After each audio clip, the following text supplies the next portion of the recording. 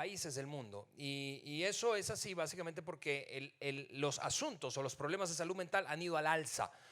Y entonces se han diseñado estrategias y programas, y cada vez hay más estrategias y más programas para ayudar a paliar este gran desafío de mantener a la población con un nivel, voy a decirlo de esa manera, de salud mental adecuado, apropiado, estable. Sin embargo, a pesar de que la salud mental hoy básicamente es promovida como un derecho humano universal, es cada vez más esquiva. Es decir, cada vez, y no dicho por mí ni por nosotros, sino las estadísticas globales confirman que cada vez hay más problemas de salud mental. La pandemia seguramente ha sido un gran detonador, pero en general cada vez hay más gente batallando con ansiedad, con depresión, con tristeza crónica. Hay cada vez más índice de suicidios, hay cada vez más, tú sabes, aislamiento, y ese aislamiento conduce muchas veces al comportamiento o comportamientos compulsivos, adictivos. Hay cada vez más problemas esquizotípicos, hay cada vez más gente con delirio de persecución, hay cada vez más gente con fobias, hay cada vez más gente con ataques de pánico y de ansiedad, paralizados porque básicamente creen que algo malo les va a pasar constantemente. Y esa espiral como descendiente, ¿verdad? Nos llevó a decir, ok, sí, eso es una realidad y no vamos a sobresimplificarla, y no vamos a caer tampoco en la tentación de creer que tenemos todas las respuestas. Sin embargo, la buena noticia para los seguidores de Jesús es que nuestra fe posee recursos superiores para enfrentar los problemas, los principales y mayores problemas del ser humano, incluidos los de salud mental. Y eso es algo que nos movió a abordar esta conversación desde la perspectiva bíblica. Es decir, ¿qué es eso que Dios tiene que decir, si es que tiene que decir algo acerca de la salud mental? Y entonces lanzamos la serie conversando acerca de lo que creíamos que era un prerequisito para la salud mental, es decir, que estaba como en el umbral, en la entrada de la salud mental, y que sin eso no se podía experimentar salud mental. De hecho, honestamente lo llamamos como la definición según Jesús de salud mental, y dijimos, para poder experimentar salud mental, tú y yo necesitamos abrazar, recibir un regalo que solo Cristo puede darnos, y es paz. Paz en la mente y paz en el corazón. Sin paz, seguro coincides conmigo en esto, no se puede tener salud mental. La paz que anhelamos, esa quietud del alma, esa disposición de dormir y poder dormir en paz, dormir tranquilos, ¿sí? Es algo que todos nosotros asociaríamos, sin ser expertos en este tema de la salud mental, con salud mental, ¿no es cierto? Una persona sin paz es una persona que no diríamos que está experimentando salud mental. Y eso nos llevó luego, y lo que estoy haciendo, no sé si ya lo notaste, es un repaso de las últimas 3 semanas. Así que si no viniste en alguno de los domingos pasados, este es un repaso que te va a poner al día. Luego de ese primer mensaje en el que hablamos de paz, entonces nos echamos un clavado para revisar lo que consideramos está en la raíz de cada problema de salud mental. Y me refiero al pobre manejo de nuestra ansiedad. Es decir, no sabemos la mayoría de nosotros manejar la ansiedad. No es que no debamos sentirnos ansiosos, es que no sabemos qué hacer cuando nos sentimos ansiosos. Tú sabes, la ansiedad es ese miedo a un no sé qué, algo malo va a pasar, esto va a empeorar. Entonces entro como en una, insisto, espiral descendiente. De hecho, si pudiéramos ponerlo en una imagen, a modo de imagen, entonces sería como algo como esto. Ahí en la pantalla estás viendo un ciclo de la ansiedad. Eso, insisto, no pretendemos ser expertos en terapia, ni mucho menos, pero creo que es bastante obvio cómo ocurre. Hay un evento detonador, y ese evento detonador, ¿sí?, resulta amenazador para ti, lo cual te lleva entonces a tener una serie de pensamientos que no solamente se conectan con lo que estás viviendo, sino que anticipan a que la cosa se va a poner peor. Así que en algún sentido como que somos expertos en aplicar la ley de Murphy en esto, ¿verdad? Ocurre algo que me resulta amenazador, empiezo a pensar cosas, y eso que empiezo a pensar me traslada como al futuro, pensando esto va a ocurrir, un pensamiento catastrofista de algo que no ha ocurrido, llega a apoderarse de mí. Y entonces eso detona una serie de síntomas, incluso sintomatología física. Aquí hay médicos, yo lo sé, y no me van a dejar mentir, que hay gente que está sufriendo ataques de ansiedad y pánico, y todos los valores todos los valores, médicamente hablando, de su química sanguínea, todos los valores están normales, pero están experimentando en medio de su ataque de ansiedad y pánico la sensación de que van a morir. Incluso, tú sabes, esa sensación de asfixia, de pulsaciones súper aceleradas, de insomnio crónico. Y eso entonces, esa sintomatología los lleva a comenzar nuevamente el ciclo, porque terminan evadiendo con comportamientos erráticos todo lo que huele a amenaza. Mira, tenemos 2 mensajes aquí para que estén ustedes bien atentos, ¿no? Si tú no prestas atención al uno, puedes capturar al otro. Ok, entonces, amenaza, pensamientos que me alimentan como una idea catastrofista.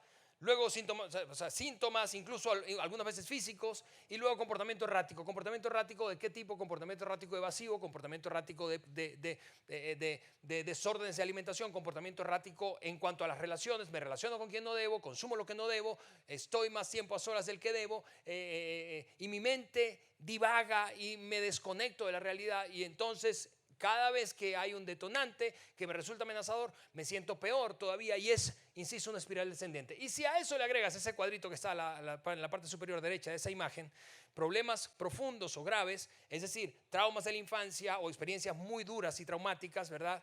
Eso empeora todo.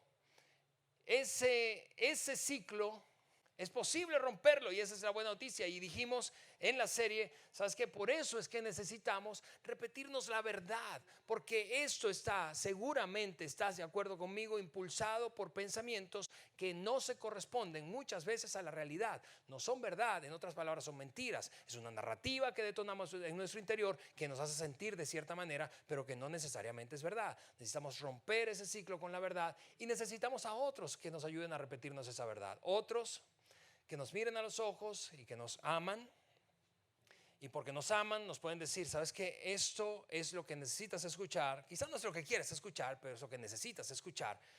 Y entonces eso nos saca de ese ciclo de ansiedad y nos ayuda a manejar mejor lo que está alrededor y está metiendo presión a nuestra vida. Y ese es el poder del otro, ese es el poder de otra persona que te ama. Y no estoy hablando necesariamente de una relación romántica ni entre esposos, sino alguien que te conoce, te ama como eres, y es capaz de, mirándote a los ojos, decirte algo que aun cuando resulte incómodo es necesario que escuches. Y entonces así salir de ese ciclo. Y por eso es que hemos dicho, mira, ¿sabes? La soledad es un buen lugar para encontrarte a ti mismo, a ti misma. Pero es un muy mal lugar para quedarte. Porque yo honestamente, yo no conozco, y yo estoy casi seguro que tú vas a coincidir conmigo, tú tampoco. Yo no conozco, y seguramente tú no conoces a nadie que aislándose sea más saludable. ¿No es cierto?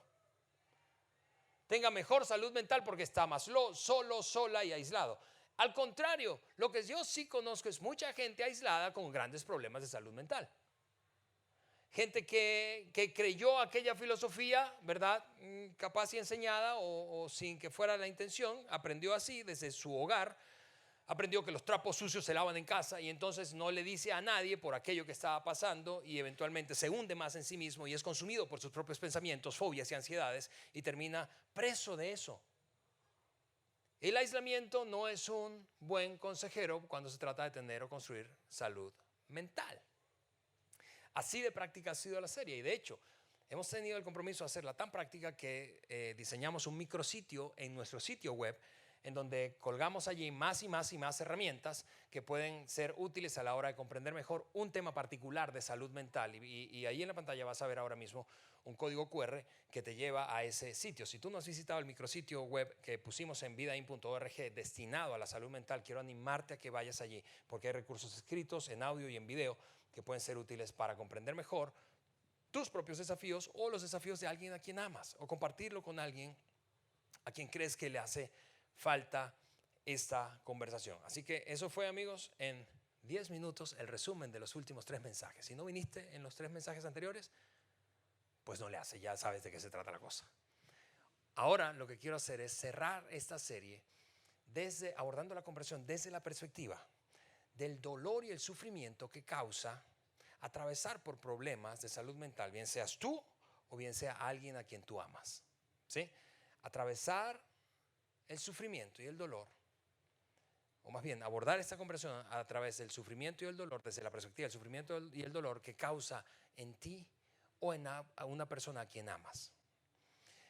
La mayoría, honestamente, de los... Y esto atiende, ahora quiero abrirte mi corazón, esto atiende a una preocupación mía de Alejandro Mendoza, creciente.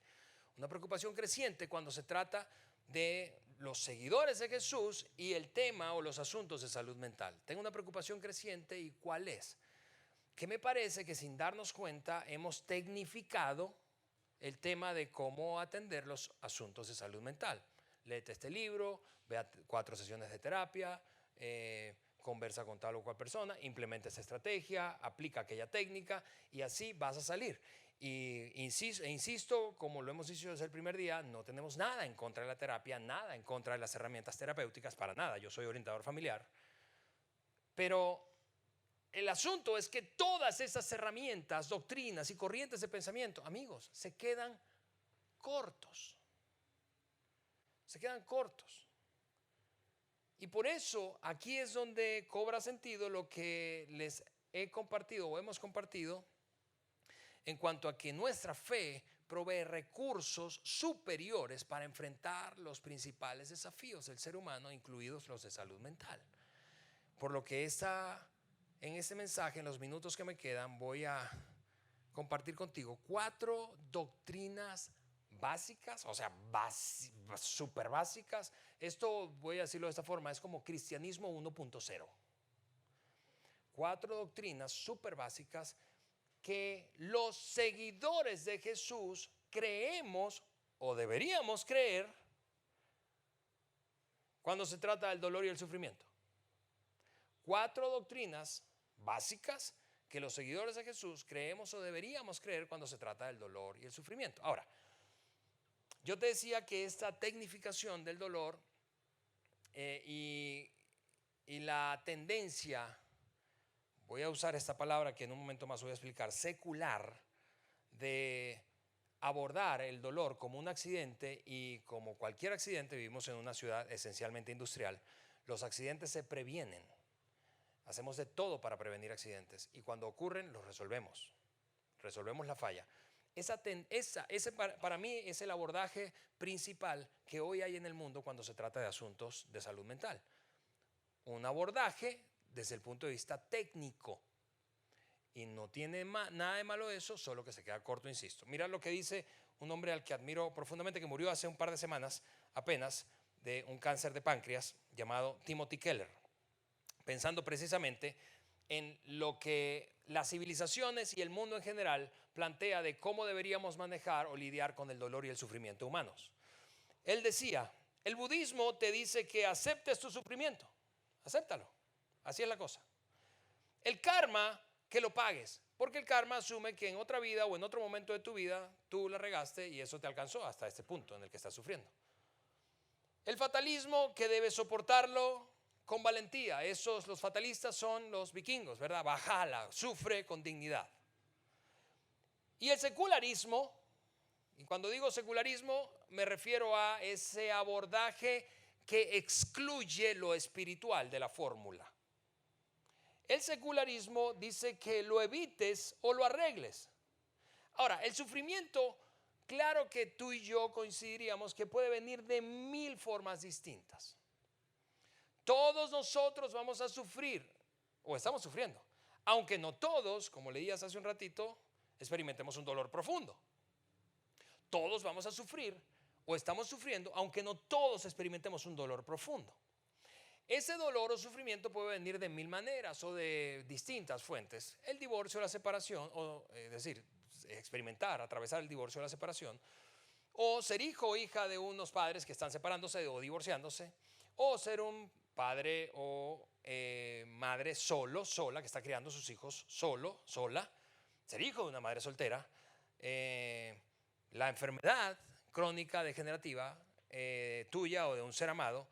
El sufrimiento puede venir a través de un accidente que realmente produjo consecuencias fatales o, aunque no fueron fatales, hubo graves daños y lesiones y eso produce mucho sufrimiento. O hablemos de otras cosas menos ligadas con la salud. Piensa conmigo, por ejemplo, en la quiebra financiera, la quiebra de un negocio, la pérdida de un negocio, la pérdida de un negocio por la pandemia, o la pérdida de tu trabajo, o la crisis financiera en general, o el hecho de experimentar el desespero de ver a un hijo extraviarse por un rumbo que no le conviene y tú lo sabes, pero no puedes hacer nada ya. ¿Sí? O la crisis matrimonial, aunque no lleve a el extremo de la separación o divorcio. Y así pudiera yo seguir aventándote una lista de distintas causas de cosas o eventos que producen dolor y sufrimiento. Y mira, honestamente, sería muy cruel de mi parte pararme aquí a hablar del sufrimiento, tú sabes, desde una posición filosófica o teológica. Yo no quiero hacer eso, porque eso sería como, si estás familiarizado con la lectura bíblica, sería como ser el amigo de Job. Job, el hombre probablemente después de Jesús que más sufrió en la Biblia, ¿sí? Perdió todo lo que tenía, perdió literalmente todo lo que tenía financieramente, todo lo que tenía en posesiones, perdió a sus hijos, murieron todos sus hijos. La única que no se murió fue la esposa, pero la esposa luego lo abandonó. Y sus amigos, de repente uno de ellos empieza a abordar el tema desde una postura muy filosófica, moralista. Eso te está pasando probablemente porque estás pecando. Hay algo en tu vida que no está bien. Y eso es muy cruel. Yo no vengo a hablarte del sufrimiento o de tu sufrimiento y tu dolor desde una perspectiva teológica. Vengo a hablarte como alguien que ha sufrido, que está sufriendo. Alguien que ha sufrido. Y eso, ¿por qué quiero hacerlo desde ese punto y desde esa posición? Porque eso me da la posibilidad de conectarme contigo con empatía y no ponerme en una postura de que yo estoy bien y tú no. El dolor de haber crecido sin un padre. Eso me ha ayudado a conectarme con aquellos que están viviendo esa experiencia, bien sean madres, que si eres una madre soltera, y aquí está mi mamá que me crió sola, o sea, y si tú estás aquí, eres una madre soltera, yo quiero que sepas que yo te honro y te considero una heroína, porque estás asumiendo la responsabilidad desde mi punto de vista más difícil del universo y lo estás haciendo sola. Criar a un hijo o a hijos es la tarea más importante que el universo o nuestro Padre Celestial nos entregó y lo estás haciendo sola. Y eso me conecta cuando veo hijos lidiar con el resentimiento contra aquel padre que los abandonó. ¿Por qué? Porque yo mismo he experimentado eso, yo mismo sufrí eso. O la experiencia de una enfermedad terminal ahora tocando la puerta por tercera vez de mi madre de 79 años que la tengo aquí enfrente. Es decir, yo no te estoy hablando de algo que es ajeno a mí. Yo te estoy hablando, y yo no te digo que no sientas ansiedad. Yo mismo estoy experimentando temores y ansiedades. Pero si yo me permito que eso me controle, entonces mi vida se va a ir cuesta abajo, cuesta abajo. Hace 2 semanas, estando en la República Dominicana, les decía hace un rato que estuve allí, fue algo increíble porque a 3 cuadras del hotel donde nos hospedábamos, un hombre entró al despacho del ministro o secretario de salud del país, allí en la capital, en Santo Domingo.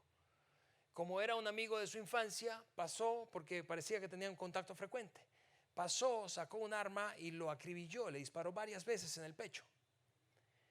Y fue un escándalo nacional y pasó a 3 cuadras de mi hotel. Al día siguiente, uno de mis compañeros con el que viajé salió del hotel, apenas saliendo del lobby, alguien lo estafó y le robó dinero. Ahora, yo quiero que sepas que cuando eso pasó yo dije, yo no salgo más. ¿Qué voy a hacer yo en este país saliendo, arriesgándome innecesariamente? Voy a estar 2 semanas fuera de mi casa y me muero aquí como un tonto. Pero enseguida tuve que detenerme y repasar. A ver, lo de ese ciclo del temor, yo no voy a permitir que me gobierne y me controle. Tengo que detenerlo y hacer algo, porque si no voy a caer como presa en las garras del temor. Insisto, no vine aquí para decirte, yo no he tenido asuntos de salud mental. Hace 6 años, mi esposa y yo, todavía cuando yo era pastor del campus Saltillo, en el rol pastoral, vivimos una crisis muy fuerte, muy fuerte. Por primera vez yo ahí supe lo que era lidiar con un asunto de salud mental. Porque fue la primera vez en toda mi vida que yo luché con el insomnio. durante varias semanas. ¿Por qué? Porque una pareja muy cercana a nosotros, que era parte de nuestro equipo, entró en una crisis matrimonial que eventualmente los llevó a separarse, pero fue una bomba que nos explotó en la cara a muchos de nosotros, y a quienes estábamos cerca de ellos nos vimos afectados. Eran muy amigos nuestros, además trabajaban con nosotros, y yo recuerdo que además de ese insomnio que yo empecé a sufrir, que nunca he sufrido insomnio, mi esposa, del nivel de estrés que tenía, empezó Eliana a ver como una bola como de líquido le aparecía en la parte superior de su pecho, cerca del cuello. Terminó hospitalizada por varios días, y básicamente el diagnóstico fue: amiga mía, usted está estresada. Ese fue el primer momento en que yo dije, así se parece tener issues de salud mental. Cuando te gobierna la ansiedad, cuando el temor no te deja dormir. Así que todo eso para decirte: hey, yo soy como tú. Yo he vivido y estoy viviendo asuntos que, si no presto atención, me pueden poner en jaque. Si no presto atención. Pero entonces recuerdo que nuestra fe provee recursos superiores. Y esto que te voy a compartir, yo esta mañana estaba muy ansioso, le dije a Eliana, estoy muy, muy ansioso con esto que voy a compartirte, porque sí, es doctrina 1.0, pero es algo que yo he abrazado nuevamente. Y quiero desafiar a cada seguidor de Jesús que está aquí a abrazarlo. Porque me preocupa muchísimo que estemos sucumbiendo, como tronando ante los mismos problemas, sin echar mano de las herramientas que tenemos en nuestra fe. Así que aquí te van cuatro creencias básicas del cristianismo. Creencia número 1: los seguidores de Jesús creemos en un Dios personal. No solo un Dios personal, es un Dios sabio, infinito y por lo tanto inescrutable. Es más sabio que tú y que yo, tiene respuestas para las que tú y yo no tenemos. Es un Dios que todo lo puede, todo lo controla, todo lo sabe, todo lo ve. Es un Dios que sabe de dónde vienes, que sabe lo que estás sintiendo, que sabes lo que va a ocurrir mañana, que sabe lo que va a ocurrir mañana con tu vida. Es un Dios que conoce absolutamente todo, aún esos pensamientos secretos, esas luchas secretas tuyas que nadie conoce. Aún ese dolor que nadie logra comprender o sientes que nadie comprende. Nuestro Dios es infinito, es inescrutable, es todopoderoso, pero al mismo tiempo es personal. Es una cosa increíble de la fe cristiana.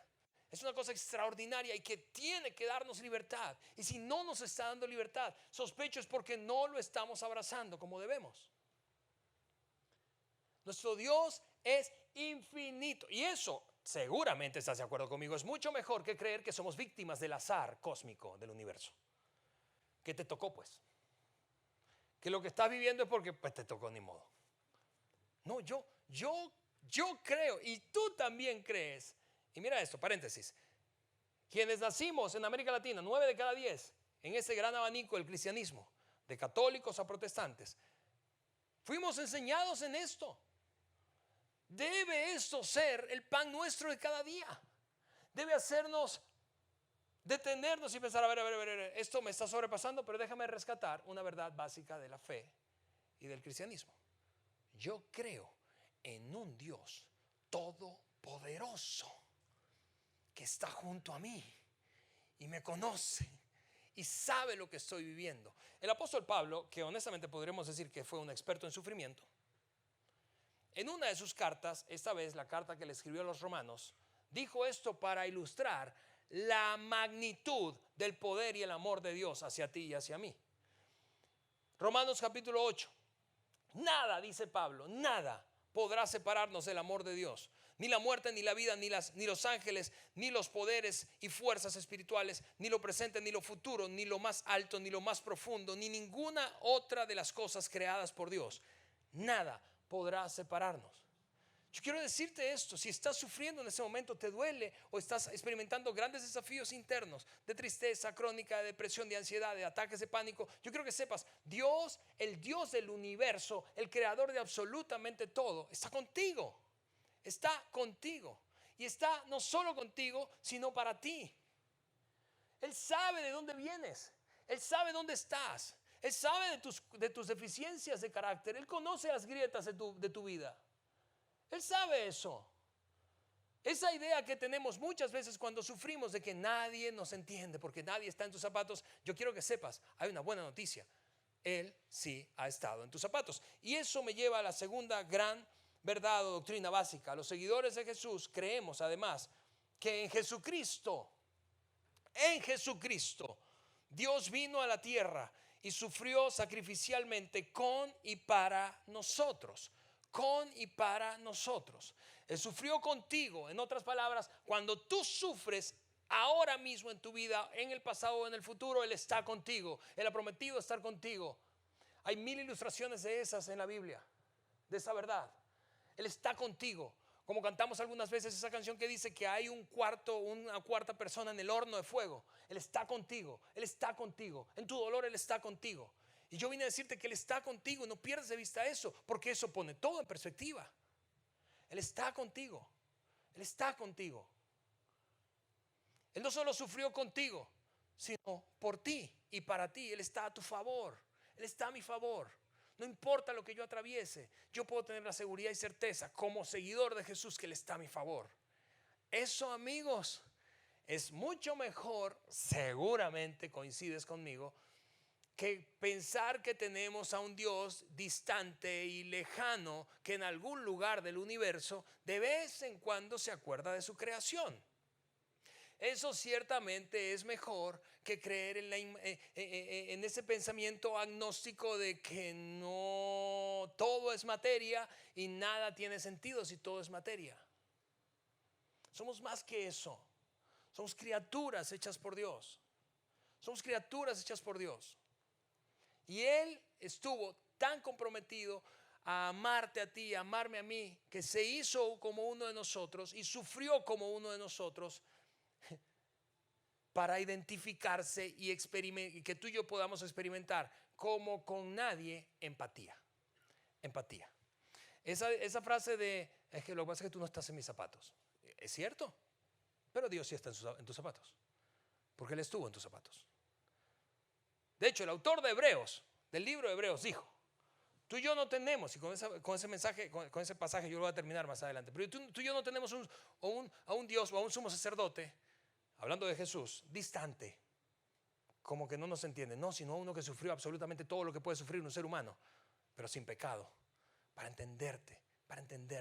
Él te entiende, Él te entiende, Él te entiende. Mira lo que escribió Pablo, otra vez a los romanos. Dios mostró el gran amor que nos tiene al enviar a Cristo a morir por nosotros cuando todavía éramos pecadores. Él murió por ti. Eso debería deshacer la idea karmática, ¿verdad? De que tus errores en esta vida o en la pasada, si creyeras en vidas anteriores, te están persiguiendo. Me vuelve un poco loco cuando veo cristianos hablar de maldiciones generacionales. Porque en Cristo somos nuevas criaturas. Eso es lo que enseñó Pablo en la carta a los Corintios. Tú y yo fuimos hechos nuevos. Y ningún patrón debería en nuestra vida esclavizarnos o predisponernos para cometer el mismo error. En Cristo no. Tercera doctrina básica. Los seguidores de Jesús creemos que Cristo venció al dolor y al mayor sufrimiento humano, es decir, a la muerte. Cristo venció a la muerte y que en Él tenemos victoria. En Él tenemos victoria. Dicho de otra manera, no hay nada que tú no puedas enfrentar con Cristo.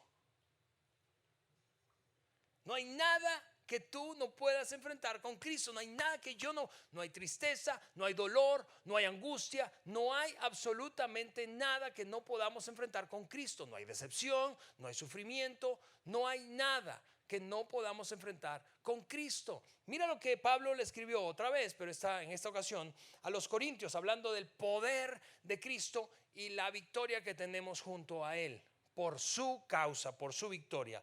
¿Dónde está, oh muerte, tu victoria? ¿Dónde está? ¿Dónde está?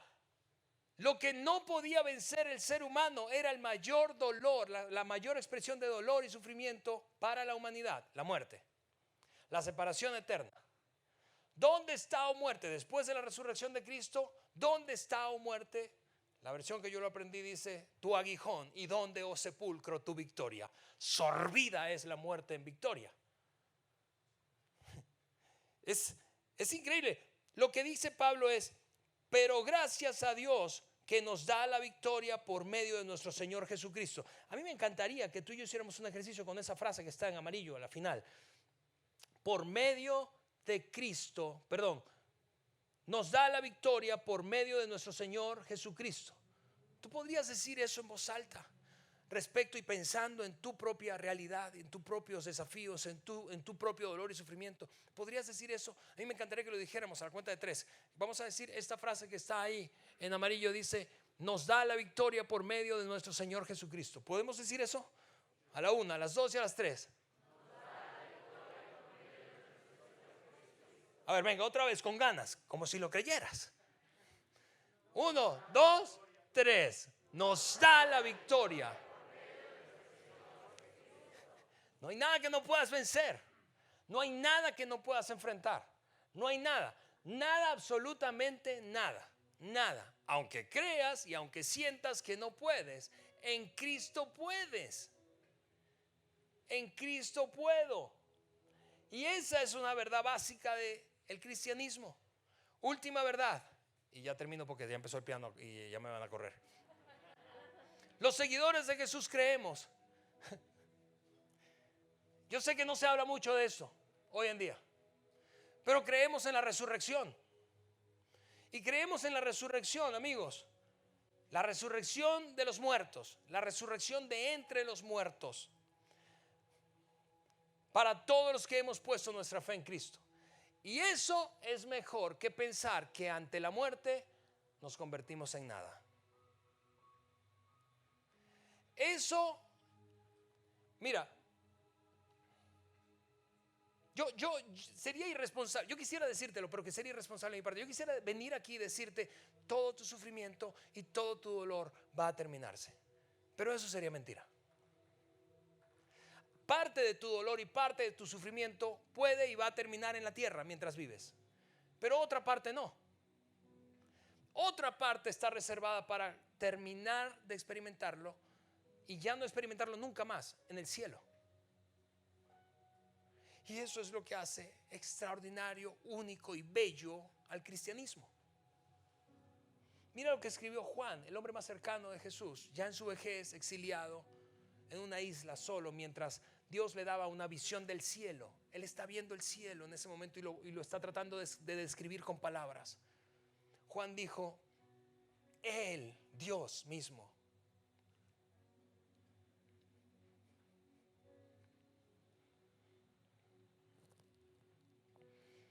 Él le secará todas las lágrimas, toda lágrima de los ojos, y no habrá más muerte, ni tristeza, ni llanto, ni dolor. Todas esas cosas ya no existirán más. Un día se terminará el dolor, pero ese día no vendrá antes de tu muerte.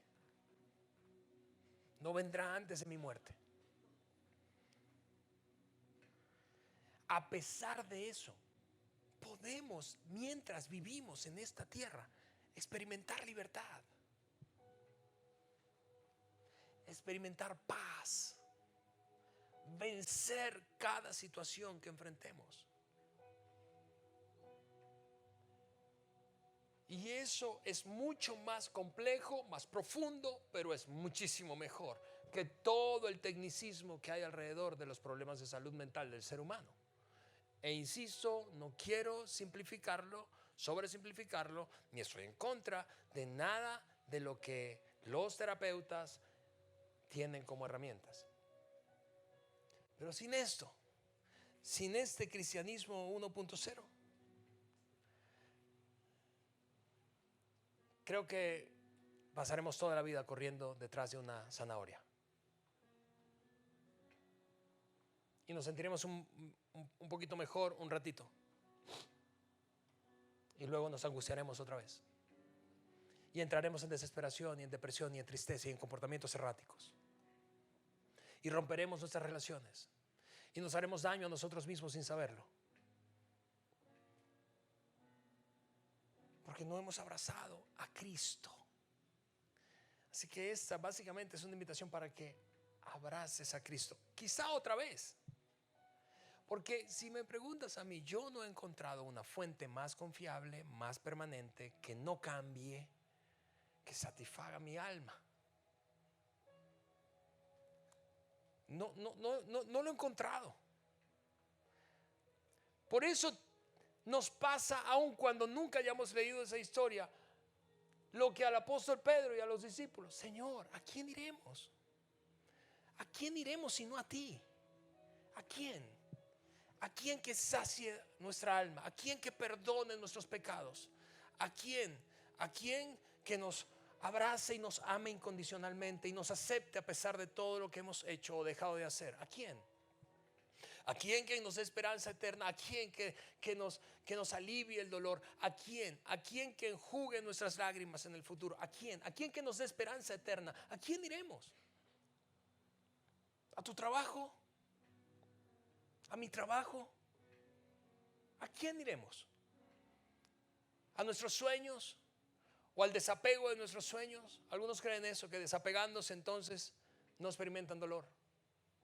Y luego cuando están solos y terminan solos y aislados en su vida, se mueren de dolor. ¿A quién iremos? Yo quiero suplicarte que vayas a Cristo. Ve a Cristo. Ve a Cristo. Vamos juntos a Cristo. A Cristo que todo lo puede, que todo lo sabe, que es personal, que sufrió por y para ti. Y al único que puede, una vez más, darte vida después de la muerte y esperanza de reunión con aquellos que has perdido en el cielo. Así que si estás allí, tú dices: sabes, Ale, me haces pensar, quizá por primera vez, en algo que no había pensado, o quizá por enésima vez en algo que suelo olvidar. Yo quiero pedirte que inclines tu rostro allí y me permitas orar por ti y pedirle a Dios que nos ayude. Y de hecho, me encantaría que repitieras esta oración que voy a hacer a nuestro Padre Celestial. Cierra tus ojos allí y dile más o menos esto. Dile: Padre Celestial,